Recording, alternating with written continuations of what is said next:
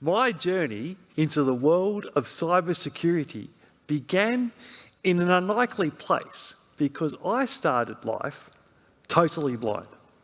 When I was 2, I regained a small sliver of vision. However, back in the 80s, children like me weren't allowed to go to regular school. But if your family could convince a school to accept you, you got a chance to get in. My parents were able to make my case, and I was provisionally accepted into state education. As humanity progressed into the 80s, hope emerged in the form of the personal computer. These new computer devices might help low vision and blind people access learning and jobs. But few people knew about these devices in the 80s. So my parents came here when I was 8 years old to UNSW and found a student studying computers and asked Sasha to teach 8-year-old me. My parents didn't know what to ask for. After all, computers were still pretty new in the 80s. And Sasha didn't know what to teach this low vision kid who was 8 years old. So should he teach me typing? Word processing? No one knew. So like the true nerd that Sasha was, he taught me programming.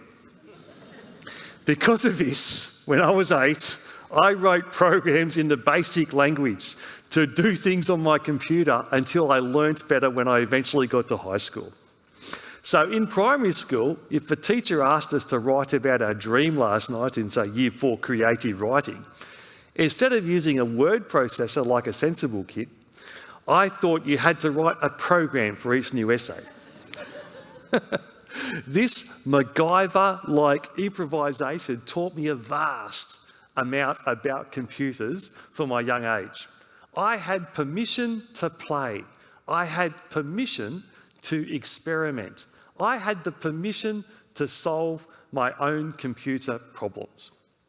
Today, I run a cybersecurity and digital forensics business while teaching at UNSW, where I share frontline, hard-won knowledge with students and professionals alike. But as I survey the landscape of our cyber defences, I see a troubling pattern. We're producing cyber crews trained for calm digital seas. Then what we need are cyber mariners capable of navigating treacherous and chaotic waters. Currently, our cyber education is often constrained and theoretical. In short, it's often boring. But when we make cyber real and relatable, it becomes engaging and effective. Let me share a few examples from my classes. After I teach a class how easily and quickly it is to create a scam-targeted email, they're more alive to scams.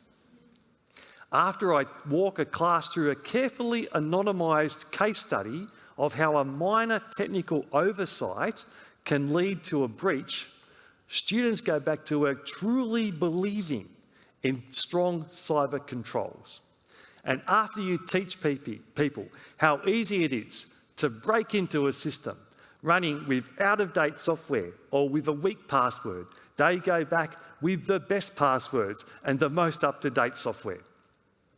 Teaching in cybersecurity should always be practical, relevant, and impactful.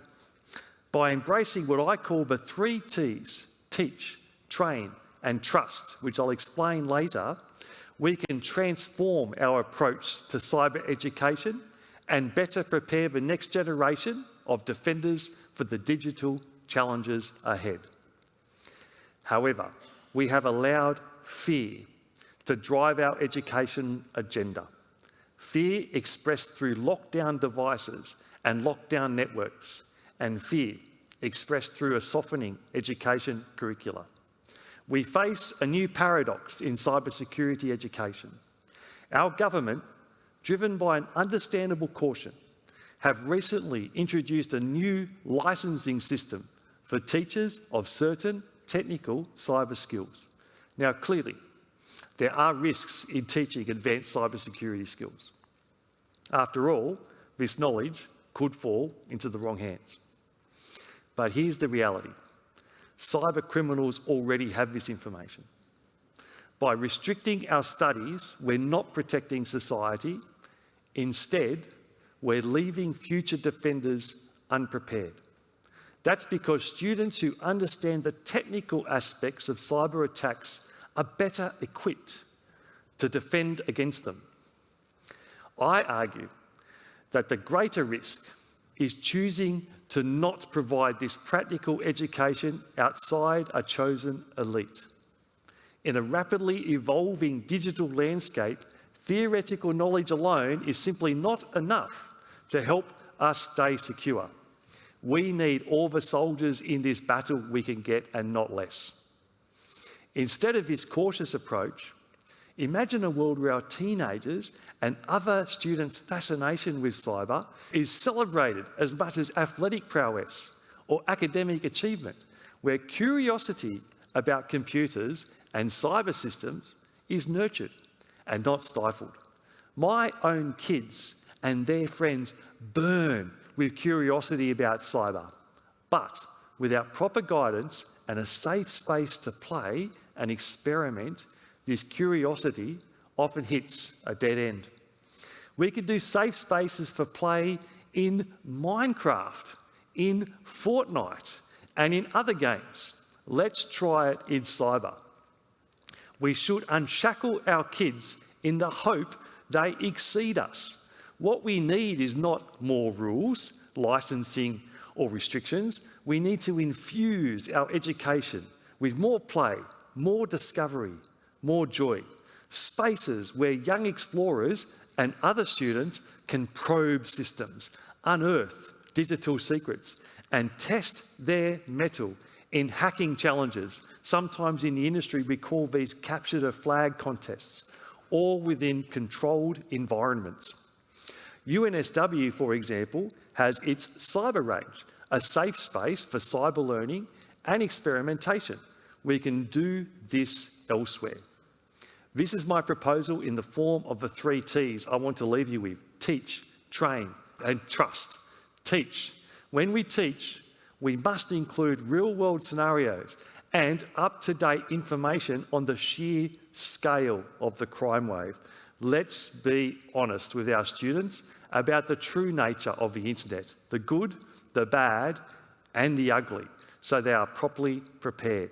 Train. Let's get hands-on, sleeves rolled up in the technology.